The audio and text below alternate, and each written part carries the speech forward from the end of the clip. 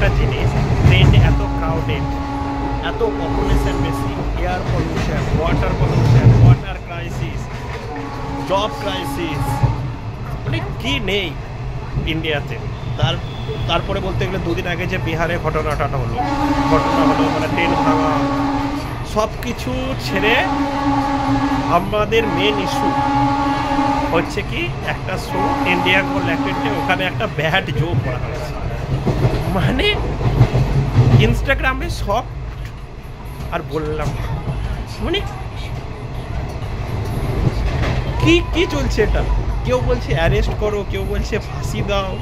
ভাই ক্রাইম হয়ে বেড়াচ্ছে মাঝ রাস্তায়, ক্রাইম মানে রিয়েল ক্রাইম হচ্ছে, তারা ঘুরে বেড়াচ্ছে। আর একে ফাঁসি দাও, লকআপে ভরো, মুম্বাই পুলিশ খোঁজ করছে, মানে কি হচ্ছে ভাই?